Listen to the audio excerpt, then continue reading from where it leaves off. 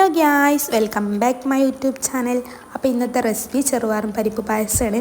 അപ്പോൾ അതിന് ആവശ്യമായിട്ടുള്ളത് ചെറുപയറും പരിപ്പാണ്, പിന്നെ തേങ്ങ ചിരണ്ടിയത്, പിന്നെ മുന്തിരി, തേങ്ങാക്കൂത്ത്, അണ്ടിപ്പരിപ്പ്, ഏലക്ക, ശർക്കര. ഇത്തരം ഇൻഗ്രീഡിയൻസാണ് ഇതിന് ആവശ്യമായിട്ടുള്ളത്. എന്നിട്ട് നമ്മൾ ജാറിലോട്ട് തേങ്ങ ചിരണ്ടിയത് ഇട്ട് കൊടുക്കുക. നമ്മൾ ആദ്യം ഒന്നാം പാലിനുള്ളതാണ് ഉണ്ടാക്കുന്നത്. അപ്പോൾ ഗ്യാസ് ഒന്നാം പാലിനുള്ളത് മാറ്റി വെച്ചിട്ട് രണ്ടാം പാലിന് വെള്ളം ഒഴിച്ചിട്ട് നമ്മളത് മാറ്റി വെക്കാം.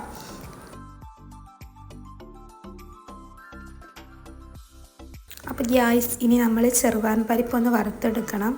അപ്പോൾ നമ്മൾ ചട്ടി വെച്ചിട്ട് നമ്മൾ ചെറുപയർ പരിപ്പ് ഒന്ന് വറുത്തെടുക്കുകയാണ്. അപ്പോൾ ഗ്യാസ് അത് വറുത്തെടുത്തിട്ടുണ്ട്. നമ്മളതൊരു പാത്രത്തിലോട്ട് മാറ്റി വെക്കണം. അത് ചൂടാറിയതിന് ശേഷം നമ്മളത് കഴുകണം. ഇപ്പോൾ ഗ്യാസ് അതൊന്ന് കഴുകി എടുത്തിട്ടുണ്ട്. നമ്മൾ കുക്കറിൽ വെച്ചിട്ടാണ് ഉണ്ടാക്കുന്നത്. അപ്പോൾ കുക്കറിൽ ചെറുപയർ പരിപ്പ് അതിലൊന്ന് ഇട്ട് കൊടുക്കണം. എന്നിട്ട് നമ്മൾ ഒരു കപ്പ് വെള്ളം ഒഴിച്ചിട്ട് ഒന്ന് വേവിക്കാൻ വെക്കണം. അപ്പോൾ നമ്മൾ ആ വേവുന്ന ടൈമിൽ നമുക്ക് ശർക്കര പാനി ഉണ്ടാക്കണം. നമ്മൾ ആദ്യം തന്നെ ശർക്കര ഒന്ന് പാനിയാക്കണം. എന്നിട്ട് നമ്മളൊരു ഫ്രൈ പാൻ വെച്ചിട്ട് അതിലോട്ട് നെയ്യ് ഇട്ട് കൊടുക്കണം. എന്നിട്ട് അതിലോട്ട് തേങ്ങാക്കൂത്തും ഇട്ടിട്ടൊന്ന് വറുത്തെടുക്കണം. അത് വറുത്തതിന് ശേഷം നമ്മൾ അണ്ടിപ്പരിപ്പ് ഒന്ന് വറുത്തെടുക്കണം. എന്നിട്ട് മുന്തിരി ഒന്ന് വറുത്തെടുക്കണം. ഞാനത് മൂന്നും ഒന്ന് വറുത്തായിട്ടുണ്ട്.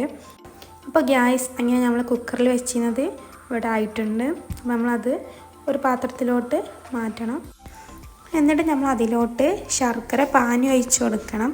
അപ്പോൾ ഗ്യാസ് പിന്നെ അതിലോട്ട് രണ്ടാം തേങ്ങാപ്പാൽ ഒഴിച്ച് കൊടുക്കണം.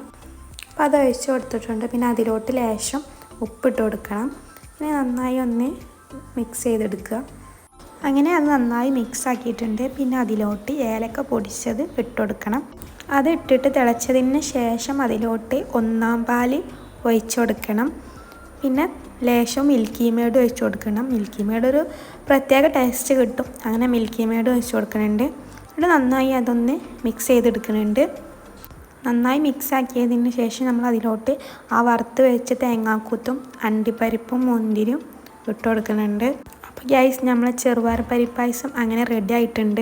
അപ്പോൾ വളരെ സിമ്പിളായിട്ടുള്ള ഒരു റെസിപ്പിയാണ്. അപ്പോൾ എല്ലാവരും ഒന്ന് ട്രൈ ചെയ്ത് നോക്കുക, ഫീഡ്ബാക്ക് അറിയിക്കുക.